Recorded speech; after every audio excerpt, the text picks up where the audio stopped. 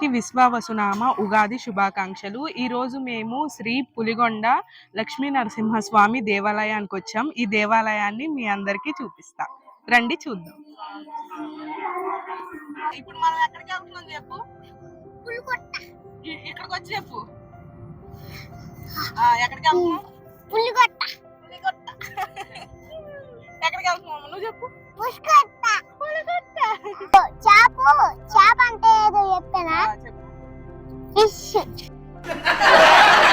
ఈ ఆలయానికి పులిగొండ అని ఎందుకు పేరు వచ్చిందంటే, అప్పట్లో ఒక పులి స్వామివారిని సేవిస్తూ ఉండేదంట.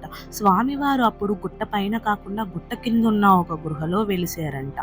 ఈ పులి రోజు స్వామివారిని సేవిస్తూ ఉండేదంట. అయితే కొంతకాలానికి ఆ పులి మరణించాక స్వామివారు గుట్టపైకి వచ్చేసారంట. అలా ఈ ఆలయానికి పులిగొండ శ్రీ లక్ష్మీ నరసింహస్వామి అనే పేరు వచ్చింది. గుడి లోపలైతే ఇలా ఉంది. మొత్తం గుడి అయితే చాలా ప్రశాంతంగా ఉంది. దర్శనం అయితే స్వామివారిది చాలా బాగా అయింది మాకు. స్వామివారు అయితే చాలా నిండుగా కనిపిస్తారు మనకి లోపల వెళ్ళంగానే.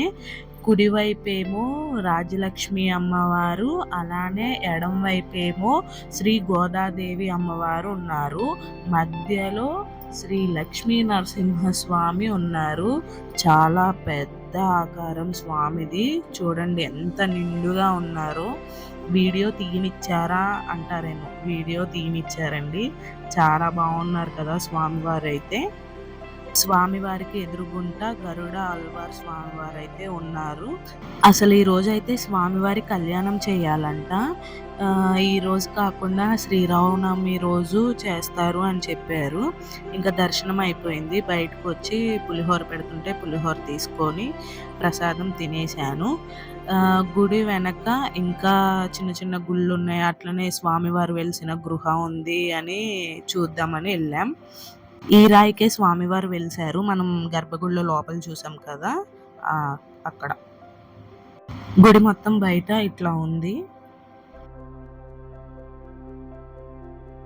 ఇక్కడ సుబ్రహ్మణ్యేశ్వర స్వామిని కూడా ప్రతిష్ఠించారు.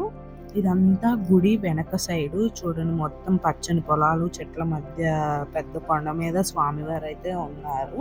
ఎండాకాలం కాబట్టి ఇట్లా కనిపిస్తుంది. అదే వర్షాకాలం, చలికాలంలో అయితే చాలా బాగుంటది లొకేషన్ అయితే చూడడానికి. ఇక్కడే స్వామివారు మొట్టమొదటి పాదం మోపిన చోటు. ఇక్కడ అందరూ వాళ్ళ కోరికలు కోరుకొని అలా రాళ్ళు పెట్టేశారు. ఇదిగోండి స్వామివారి పాదం. ఇక్కడ నాగేంద్రుని పుట్టుక, అలానే ఇలా మెట్లు దిగి వస్తూ ఉంటే మనకి ఇక్కడ కనిపిస్తుంది రామలక్ష్మణుల శిలలు అని. ఇంకా అలా కిందకి వెళ్ళిపోతే పులి స్వామివారిని సేవించుకున్న గృహ అన్నా కదా, ఇదేనండి గృహ. ఇంకా మనం కిందకు వచ్చేస్తే స్టార్టింగ్ లో ఆంజనేయ స్వామి విగ్రహం ఉంది కదా, దాని ముందే చిన్న కోనేరు ఉంటుంది. ఇక్కడ భక్తులు స్నానాలు అవన్నీ చేస్తూ ఉంటారంట. ఇంతేనండి ఇంకా ఈ ఆలయ విశేషాలు. నెక్స్ట్ వీడియోలో మళ్ళీ కలుద్దాం. నా ఛానల్ని లైక్ చేయండి, షేర్ చేయండి, సబ్స్క్రైబ్ చేసుకోండి. Thank you for watching.